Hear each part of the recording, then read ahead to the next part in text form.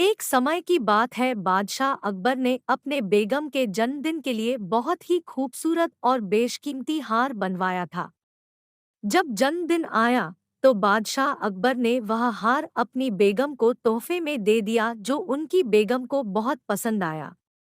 अगली रात बेगम साहिबा ने वह हार गले से उतारकर एक संदूक में रख दिया। जब इस बात को कई दिन गुजर गए तो एक दिन बेगम साहिबा ने हार पहनने के लिए संदूक खोला, लेकिन हार कहीं नहीं मिला। इससे वह बहुत उदास हो गईं और इस बारे में बादशाह अकबर को बताया। इस बारे में पता चलते ही बादशाह अकबर ने अपने सैनिकों को हार ढूंढने का आदेश दिया, लेकिन हार कहीं नहीं मिला। इससे अकबर को यकीन हो गया कि बेगम का हार चोरी हो गया है। फिर अकबर ने बीरबल को महल में आने के लिए बुलावा भेजा। जब बीरबल आया तो अकबर ने सारी बात बताई और हार को खोज निकालने की जिम्मेदारी उसे सौंप दी। बीरबल ने समय व्यर्थ किए बिना ही राजमहल में काम करने वाले सभी लोगों को दरबार में आने के लिए संदेश भिजवाया। थोड़े ही देर में दरबार लग गया। दरबार में अकबर और बेगम सहित सभी काम करने वाले हाजिर थे, लेकिन बीरबल दरबार में नहीं था। सभी बीरबल का इंतजार कर ही रहे थे कि तभी बीरबल एक गधा लेकर राज दरबार में पहुंच जाता है। देर से दरबार में आने के लिए बीरबल बादशाह अकबर से माफी मांगता है। सभी सोचने लगते हैं कि बीरबल गधे को लेकर राज दरबार में क्यों आया है। फिर बीरबल बताता है कि यह गधा उसका दोस्त है और उसके पास जादुई शक्ति है। यह शाही हार चुराने वाले का नाम बता सकता है। इसके बाद बीरबल जादुई गधे को सबसे नजदीक वाले कमरे में ले जाकर बांध देता है और कहता है कि सभी एक एक करके कमरे में जाएं और गधे की पूंछ पकड़कर चिल्लाएं, जहां पनाह मैंने चोरी नहीं की है। साथ ही बीरबल कहता है कि आप सभी की आवाज दरबार तक आनी चाहिए। सभी की पूंछ पकड़कर चिल्लाने के बाद आखिर में गधा बताएगा कि चोरी किसने की है।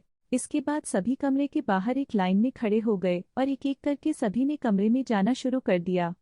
जो भी कमरे के अंदर जाता तो पूंछ पकड़कर चिल्लाना शुरू कर देता, जहां पनाह मैंने चोरी नहीं की है। जब सभी का नंबर आ जाता है तो अंत में बीरबल कमरे में जाता है और कुछ देर बाद कमरे से बाहर आ जाता है। फिर बीरबल सभी काम करने वालों के पास जाकर उन्हें दोनों हाथ सामने करने को बोलता है और एक एक करके सभी के हाथ सूंघने लगता है। बीरबल की इस हरकत को देखकर सभी हैरान हो जाते हैं।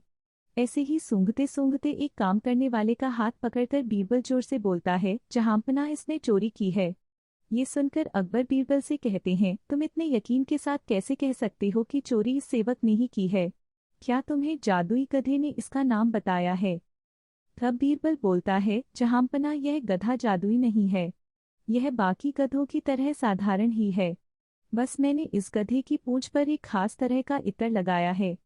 सभी सेवकों ने गधे की पूंछ को पकड़ा, बस इस चोर को छोड़कर। इसलिए इसके हाथ से इत्र की खुशबू नहीं आ रही है। फिर चोर को पकड़ लिया गया और उससे चोरी के सभी सामान के साथ ही बेगम का हार भी बरामद कर लिया गया। बीरबल की इस अक्लमंदी की सभी ने सराहना की और बेगम ने खुश होकर बादशाह अकबर से उसे उपहार भी दिलवाया। कहानी से सीख। इस कहानी से यह सीख मिलती है कि बुरे काम को कितना भी छुपाने की कोशिश करो, एक दिन सबको पता चल ही जाता है। इसलिए बुरे काम नहीं करने चाहिए। दोस्तों, अगर आपका यह वीडियो अच्छा लगा हो तो लाइक एंड सब्सक्राइब जरूर कीजिएगा।